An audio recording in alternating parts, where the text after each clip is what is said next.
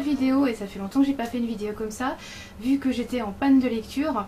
C'est donc une vidéo bilan lecture du mois de mai. Je m'y suis remise petit à petit début mai et ce mois-ci j'ai lu 5 livres. 5. Donc bon, comparé au dernier mois où j'ai rien lu du tout, 5 livres je trouve ça pas mal pour se remettre sur les rails. Et donc je vais vous en parler tout de suite. Le premier livre que j'ai lu et qui m'a remis sur les rails de la lecture, c'est Captive in the Dark de C.J. Roberts aux éditions Pygmalion. Alors je ne sais pas pourquoi je l'ai choisi, mais voilà, j'étais dans ma bibliothèque, j'ai regardé tout ce qui passait, tout ce que j'avais pas encore lu, tout ce qui était dans ma palle, et finalement mon regard s'est posé sur celui-là.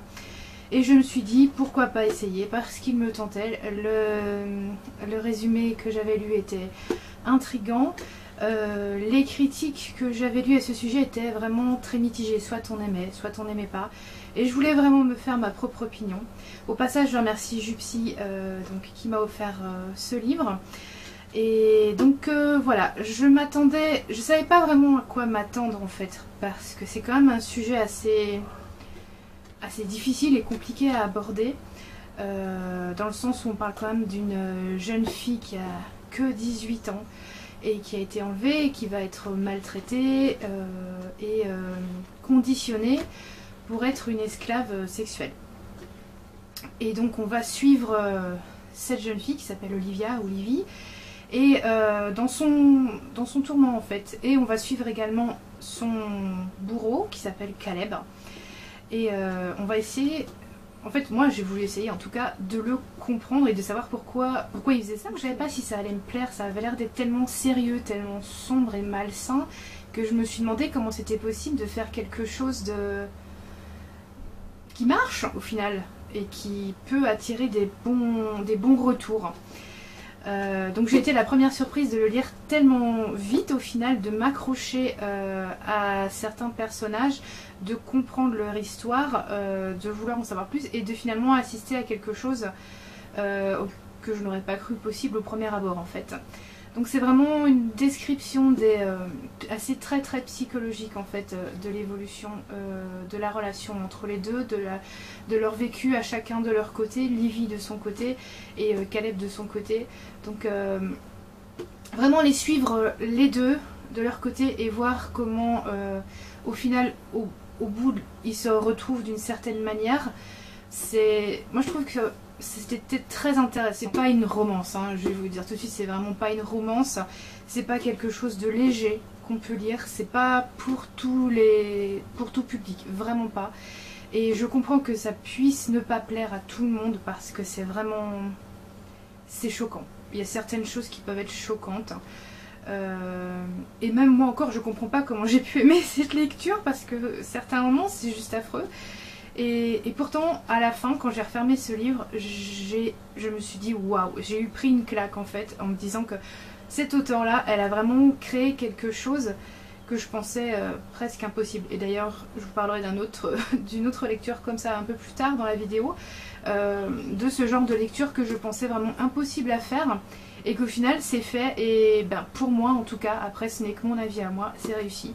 Bon, donc Captive in the Dark, en fait, je pense que c'est ma meilleure lecture du mois de mai. Ce n'est pas un coup de cœur, mais ça pourrait presque l'être. En tout cas, j'ai passé un moment assez intense avec cette lecture. Je pouvais vraiment pas lâcher le livre. Et voilà, la suite sort d'ici quelques jours, il me semble le 8 juin, si j'en crois entre les lignes qui me l'a dit sur un commentaire Instagram. Donc je le lirai, même si j'avoue que la lecture à la toute fin de ce spoiler sur le 2, ça m'a freiné en fait, ça me fait un peu peur et ça m'a presque pas donné envie de lire la suite, mais je suis curieuse donc je le lirai. Donc voilà, Captive in the Dark, pas pour tout le monde, je préviens, mais intéressant. Ensuite vient Phobos, écrit par Victor Dixon aux éditions Robert Laffont dans la collection R. Phobos m'a été offert par Fanny durant notre swap. Je la remercie grandement et j'avoue que mon envie de lire ce bouquin a été vraiment inspirée par elle, justement, qui n'arrêtait pas d'en parler en bien. C'était son coup de cœur et donc j'étais vraiment très pressée de le découvrir. Donc en fait c'est l'histoire d'un genre de télé-réalité au final, de 6 prétendants filles, de 6 prétendants de chaque côté, donc 6 filles, 6 garçons, qui vont être envoyés dans une navette spatiale pour un voyage vers Mars. Chacun va être de son côté du vaisseau, ils ne se verront jamais, sauf une fois par jour ou par semaine peut-être, je ne sais plus, au centre du vaisseau, dans un genre de capsule gravitationnelle, et au centre il y a une petite... une vitre, donc ils ne pourront pas se toucher, ils pourront juste se voir et se parler, et ils ont quelques secondes pour faire ça.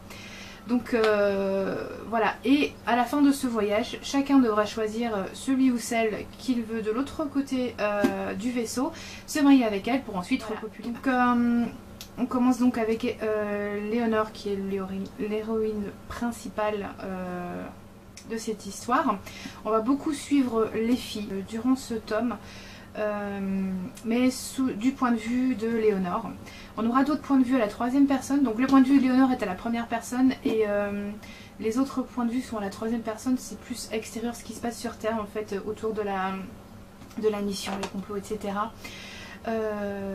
Et donc on suit Léonore qui a des regrets en fait, elle n'a pas forcément envie d'être là, elle a peur et au début ça se sent. Donc, mais au final, au fil de l'aventure, on voit qu'elle arrive à s'adapter en fait à ce voyage qui voilà, n'est pas rien quand même. Et donc voilà, c'est l'histoire vraiment de ces gens qui se rencontrent, qui se parlent durant quelques secondes et puis après qui doivent faire un classement de leurs préférés et qui changent toutes les semaines, etc.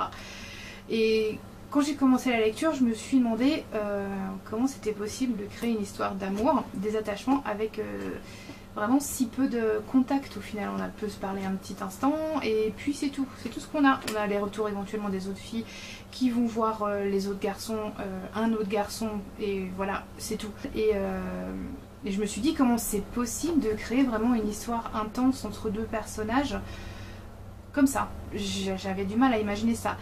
Et l'auteur pourtant l'a très bien fait. Les quelques instants que ces personnages passent ensemble sont tellement intenses qu'au final, je sais pas combien de fois je dis encore au final, je suis vraiment désolée, qu'ils finissent par s'accrocher, et nous aussi, enfin moi en tout cas je me suis accrochée à certains d'eux, et voilà, c'est très très intense, et ça ne peut que fonctionner. En tout cas avec moi ça a fonctionné. Au début j'ai eu un petit peu de mal à m'accrocher, c'était un petit peu lent et je suis arrivée à la fin comme ça sans m'en rendre compte parce que j'étais vraiment happée par l'histoire. Au début j'étais un petit peu incrédule mais je me suis laissée entraîner et voilà, en quelques jours je suis arrivée à la fin et je veux la suite absolument, absolument, absolument, parce que la fin est vraiment... ça donne une toute autre dimension à l'histoire et voilà, on ne peut que vouloir la suite, c'est pas possible autrement. Enfin bon, elle est déjà dans ma wishlist quoi, il faut que j'ai la suite. Donc j'ai passé vraiment un très très agréable moment avec Phobos. Ce n'est pas un coup de cœur non plus, mais bon je suis difficile avec les coups de cœur, mais ça s'en rapproche beaucoup beaucoup. En conclusion pour celui-là, j'ai eu vraiment l'impression de lire que c'était long et court à la fois. Parce que comment on va raconter une histoire qui dure des mois en quelques épisodes, au final quelques chapitres, il n'y a pas énormément de pages, enfin, il y en a quand même quelques-unes, vous allez me dire, il y en a 432, donc c'est quand même un petit pavé, mais je sais pas, ça me semblait tellement incroyable de décrire un voyage jusque Mars, et puis je savais pas jusqu'où ça allait dans l'histoire aussi, donc ça pouvait très bien s'arrêter en plein milieu, mais bon... comme ça, en quelques pages, et l'auteur, franchement je lui tire mon chapeau parce que c'est vraiment super super génial. Donc j'ai adhéré au perso, j'ai adhéré à l'histoire, j'ai adhéré à tous les rebondissements et tout ce qui peut se passer autour. Donc voilà, j'ai pas grand chose à dire de négatif à ce sujet là. Donc voilà, je lirai la suite c'est sûr, et je crois que j'ai mis une note de 18 ou 19 sur 20 sur Livre Addict, donc voilà, j'ai beaucoup aimé. Ensuite, je suis revenue vers Kirakas et le monde de la sélection avec l'héritière, donc le tome 4 de la sélection, un peu avant la sortie du 5. Donc j'ai commencé à lire le 4, il est mi-mai je pense, et je l'ai lu évidemment toujours très facilement, comme à chaque fois que c'est un livre de la sélection, je le lis très facilement, très très vite. Parce que c'est toujours, ça m'entraîne toujours du début à la fin. Après, quelques bémols pour celui-là quand même pour moi. J'ai eu beaucoup de mal à m'attacher à l'héroïne, Eline.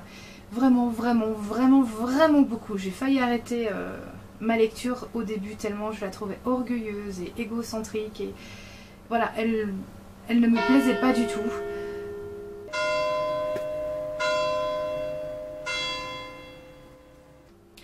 Voilà, donc elle ne me plaisait pas du tout et je n'avais pas envie de perdre l'image que j'avais de la sélection en fait et de ces personnages parce que j'avais adoré America, Maxon et les autres et j'avais peur de perdre, d'être déçue.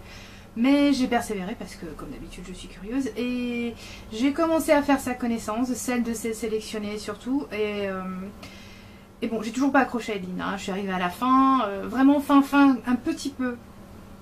Mais c'était surtout les sélectionnés qui m'interpellaient, notamment Kyle ou bien Henry et son interprète. Surtout ceux-là en fait qui m'ont beaucoup plu. Après l'histoire autour est intéressante, il y a plus de conflits politiques j'ai l'impression, il y a plus d'informations politiques de ce côté-là. Mais ça ne m'a pas forcément dérangé parce que ça reste assez léger. Donc j'ai fini cette lecture très rapidement et je ne m'attendais pas en fait à ce que ce soit qu'il y ait une suite. Donc je suis arrivée à la fin, j'étais vraiment dépitée. Heureusement le tome 5 est sorti quelques jours plus tard et j'ai pu l'acheter donc je vais vous en parler juste après. Donc voilà le tome 5, cette fois-ci c'est le dernier et il s'appelle La Couronne, donc le 5e tome de la saga La Sélection de Kiera Cass. Une très jolie couverture dans mes tomes, mais c'est pas mon préféré, moi ma préférée reste la 3e. Bref, donc j'ai beaucoup aimé. Donc j'ai aimé ce tome plus que le précédent. Ça fait partie d'un de mes préférés je pense. Surtout parce qu'on retrouve une héroïne qui est attachante, beaucoup plus attachante que dans le tome précédent. Et donc elle est beaucoup plus mûre, elle est beaucoup moins égocentrique, elle s'ouvre aux autres, elle essaye de gérer ses sentiments et c'est beaucoup plus agréable à lire, en tout cas dans un livre comme celui-ci. Il y a eu quelques petits rebondissements qui m'ont énormément plu, qui m'ont surprise de manière très agréable. Parce que ça change et que c'était bien géré, j'ai beaucoup aimé. Je vais pas vous spoiler parce que sinon ça va vraiment, voilà, si vous voulez savoir avec qui Edeline va finir, bah je vais quand même pas vous le dire et je vais pas vous donner d'indices, donc je vais être très succincte sur cette petite review. En résumé, donc c'est un très très bon tome pour terminer la série, vraiment le rebondissement, le tout dernier rebondissement est vraiment génial. Et c'est une bonne manière de dire au revoir à la sélection, même si j'ai pas envie, franchement. C'est un monde, je crois qu'il pourrait y avoir 10 tomes, je continuerai à lire parce que c'est mon plaisir coupable. Voilà. Bref, le 5e tome, si vous n'avez pas lu la sélection, si vous aimez les lectures légères et qui se lisent facilement, je vous conseille vraiment de lire la sélection du début à la fin. Après, si vous n'aimez pas les triangles amoureux, il risque d'avoir quelques petits erreurs, mais en résumé, il n'y a pas vraiment que ça, il y a vraiment une histoire autour, une héroïne, notamment America, qui est très attachante, et des personnages masculins aussi comme Maxon qui sont géniaux. Donc si vous voulez tenter, voilà, n'hésitez pas, celui-là donc ce sera le dernier, et voilà. Et je termine avec le dernier livre du mois de mai, qui est Ruine, le tome 2 Aube de Sophia Loren, donc en auto-édition, qui va bientôt être édité dans une nouvelle maison d'édition. Je leur souhaite d'ailleurs beaucoup de réussite. Donc on retrouve Alex, qui a toujours des petits problèmes de mémoire, n'est-ce pas, qui est dans la muse comme à chaque fin de tome, et il va en apprendre plus sur son passé, sur qui il est, et c'est pas Jojo, qu'il va devoir faire avec l'ancien Alex et le nouvel Alex. C'est pas encore un cas de schizo quand même, mais on sent qu'il y a certains réflexes et certains traits de caractère peut-être qui reviennent au final de l'ancien Alex au nouvel Alex. C'est vraiment bien décrit au final par l'auteur, et c'est vraiment une force de ce bouquin. La force toutefois la plus importante, c'est vraiment de découvrir, enfin moi je découvre en même temps qu'Alex ce qu'il apprend sur son passé, et ça aide vraiment à s'accrocher au perso, à se mettre à sa place, à vraiment vivre l'aventure beaucoup plus intensément. Et en parlant d'intensité, je peux vous dire que ce tome-là est rempli d'action, de rebondissements. Les protagonistes, Alex et notamment Max, sont toujours, ils ont toujours des problèmes.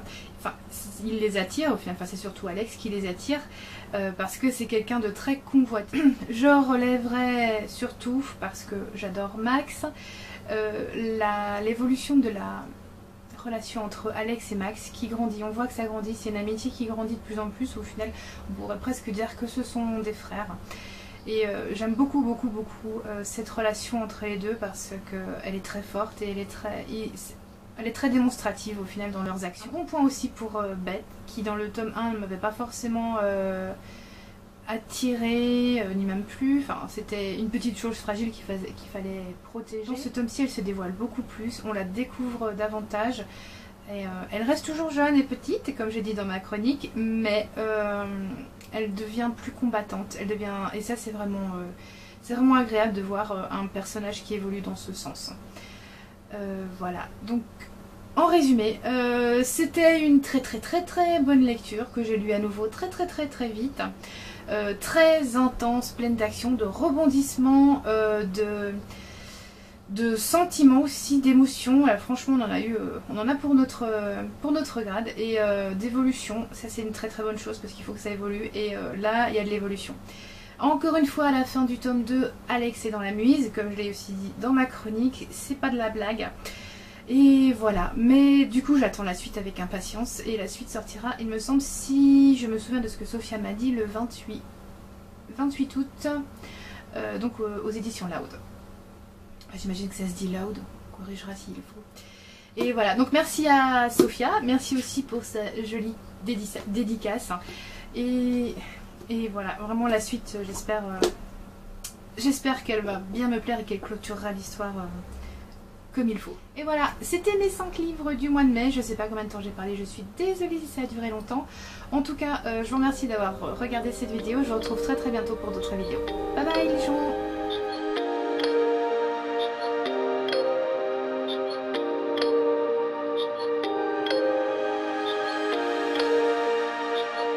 Woke up today